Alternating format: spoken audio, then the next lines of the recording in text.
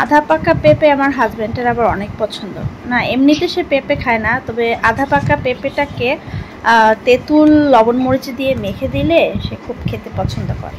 তো শাশুড়ি আবার গ্রাম থেকে একটা আধা পাকা পেঁপে পাঠিয়েছে। তো শাশুড়ি গাছে আবার অনেক পেঁপে হয়েছে। আমি ভেবেছিলাম হয়তো পেঁপেটা আধা কাঁচাই রয়ে গেছে, কিন্তু কাটার পরে দেখি এটা পুরাই পেকে গেছে। গায়ে ওরকম একটা হলুদ বর্ণ ধারণ করে নাই, সবুজ সবুজই রয়ে গেছে, হালকা হালকা হলুদ হয়েছে। কিন্তু মানে কেটে দেখি কি এটা মানে পেকেই গেছে পুরা। এটাকে আর মাখানো যাবে না, কারণ মাখাতে গেলে এটা একদম গলে যাবে, ওইরকম একটা অবস্থা।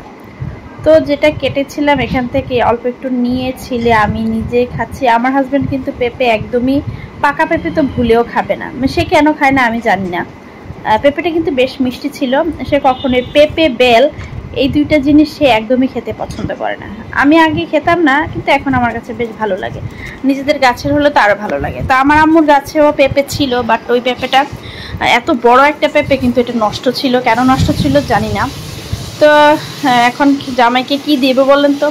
পরে দেখলাম আবার সে আসার সময় আবার আনারস নিয়ে এসেছিল। তো বলছে যে পেঁপে বাদ দাও, আনারস কেটে দাও। তো আনারসটা কাটছিলাম, পরে ভাবলাম যে আনারসটা রেগুলার কেটে খাওয়ার চেয়ে একটু মেখে খেলে কিন্তু বেশ ভালো লাগে।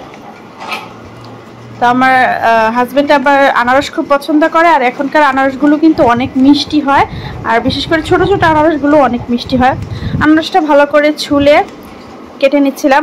আনারস কাটার সময় আমার খুব মায়া হয়, কারণ আনারসের যেই ময়লা অংশটুকু ফেলতে গেলে অর্ধেকের বেশি আনারস ফেলতে হয়। তো এখন আনারসটা একটু শুকনো মরিচ, কাঁচা মরিচ দিয়ে, বিট লবণ, লবণ, চিনি, একটু চাট মশলা দিয়ে আনারসটা খুব ভালো করে মাখিয়ে দিব।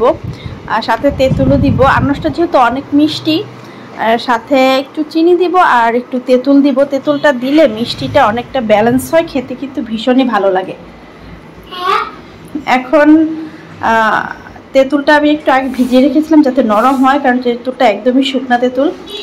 এখন তেঁতুলটাকে খুব ভালো করে আনারসের সাথে মেখে নেব। আচ্ছা বলেন তো, আপনাদের কারা কারা এই মাখা আনারস খেতে পছন্দ করেন? আনারস, পেঁপে, মানে কিছু কিছু ফল আছে আধা পাকা যেগুলো হয়, এগুলো না মেখে খেতে অনেক ভালো লাগে। আর আনারস আমি আগে কখনো মাখা খাইনি। হঠাৎ করে একদিন কেন জানি মনে হলো যে আনারসটা মাখা করি। তো একদিন যখন মাখা করলাম, খেতে দেখলাম বেশ ভালো লেগেছে। তো এখন প্রায় আনারস মাখা করি। আর আনারস মাখা, পেয়ারা মাখা, এগুলো কিন্তু খেতে বেশ ভালো লাগে। এই তো অনেক টেস্ট ছিল। কারা কারা পছন্দ করেন আনারস মাখা?